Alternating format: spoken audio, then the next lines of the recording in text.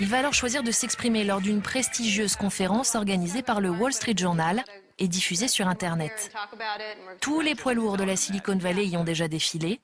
On y parle nouvelles technologies et c'est Kara Swisher qui mène l'interview, aux côtés d'un autre journaliste, Walt Mossberg. Et comme beaucoup avant lui, Mark va passer un sale quart d'heure. Voici Mark Zuckerberg. Il était très au courant des thèmes de l'interview, donc on était vraiment surpris de le voir si nerveux. Pourquoi faites-vous en sorte que je dois vérifier l'intégralité des infos qui me concernent? Je pense qu'il faut comprendre comment le système est conçu pour saisir son mode de fonctionnement. Je parlais avant de ce que font les utilisateurs sur le site. Ils partagent leurs informations avec leur entourage.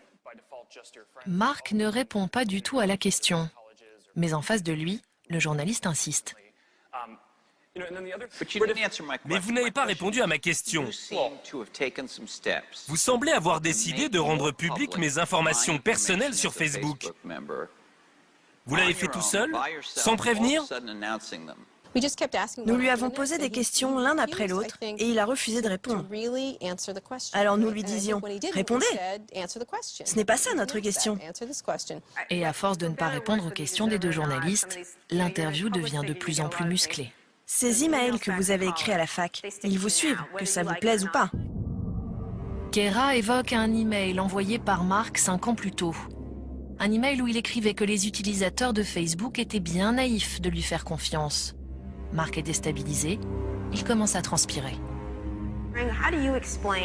Comment expliquez-vous le scandale que ça a provoqué? Ça vous touche? Oui. J'ai fait plein de bêtises quand j'étais à la fac. Je ne me cherche pas d'excuses.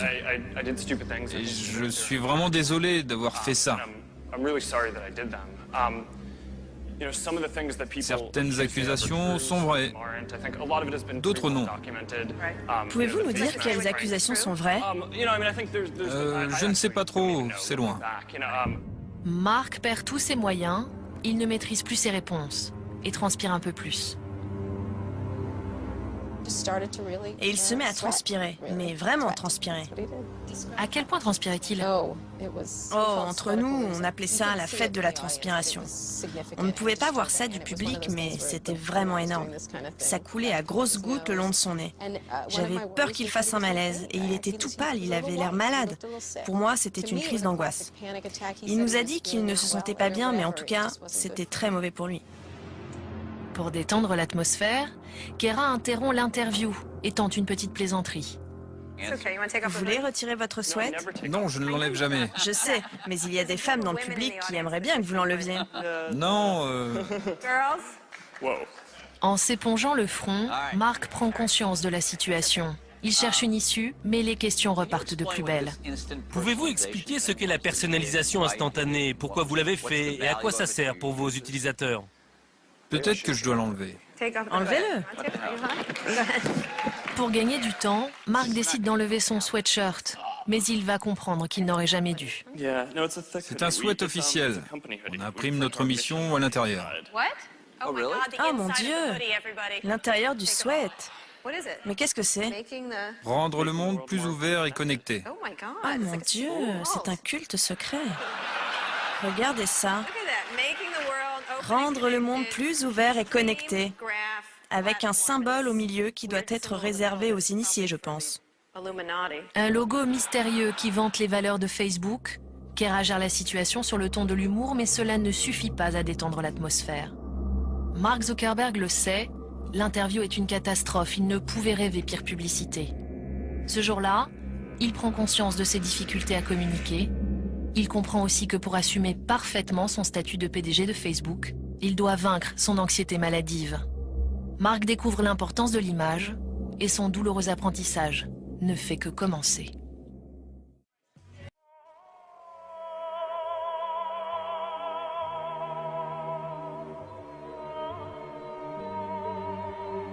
pourquoi le jeune patron de Facebook ne se sépare-t-il jamais de son sweatshirt à capuche?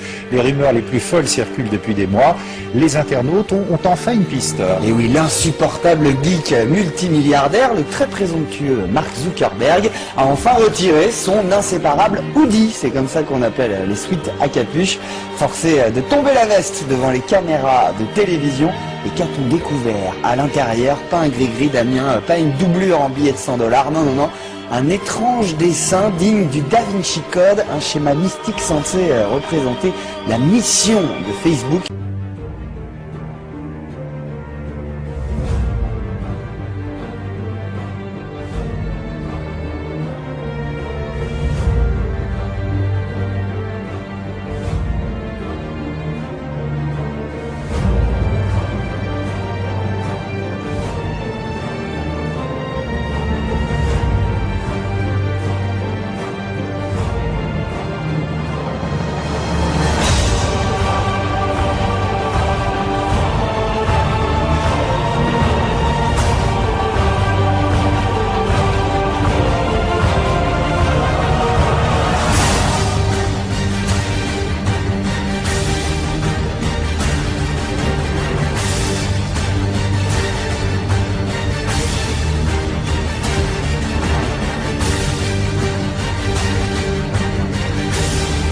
Le fondateur d'Axel, Freddie Mimi, offre 12 700 000 $ de ses partenaires de Venture Capitalist.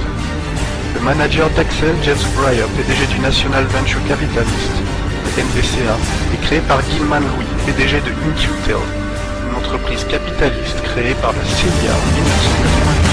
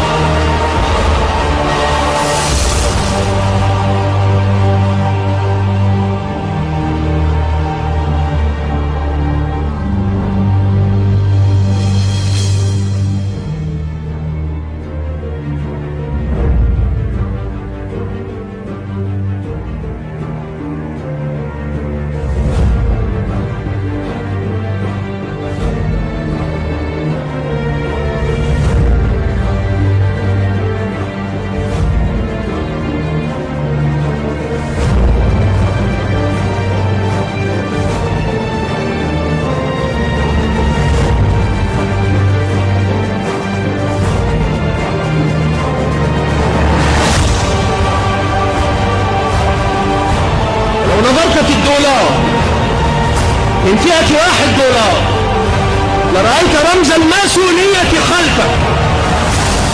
لو نظرت لرأيت، فهل نظرت؟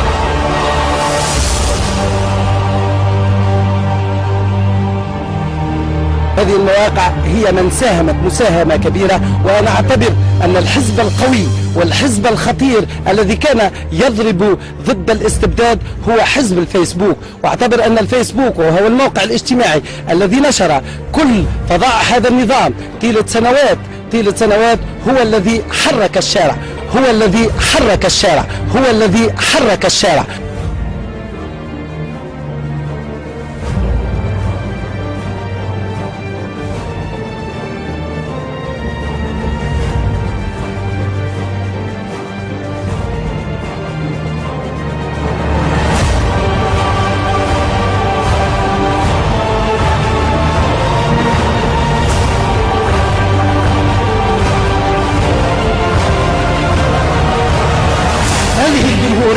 الديمقراطية العالمية هي في حقيقتها دولة إسرائيل الكبرى.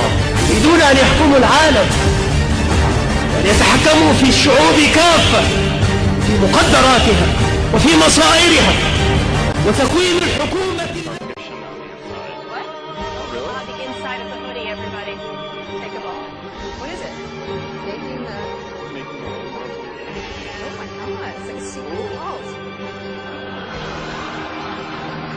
Making the world open and connected, stream graph platform. And this weird symbol in the middle of it is probably Illuminati.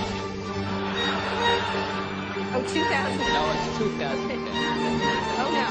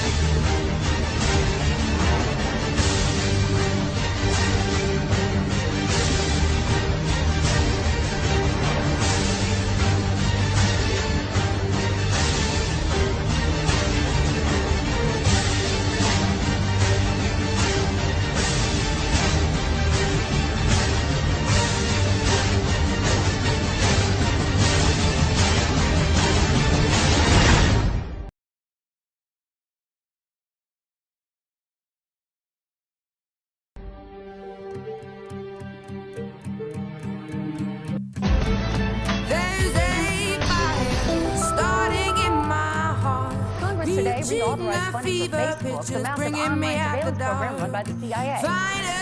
According to the Department of Homeland Security reports, Facebook has replaced almost every other CIA information-gathering program since it was launched in 2004. After years of secretly monitoring the public, we were astounded. It runs the day-to-day Facebook operation for the agency.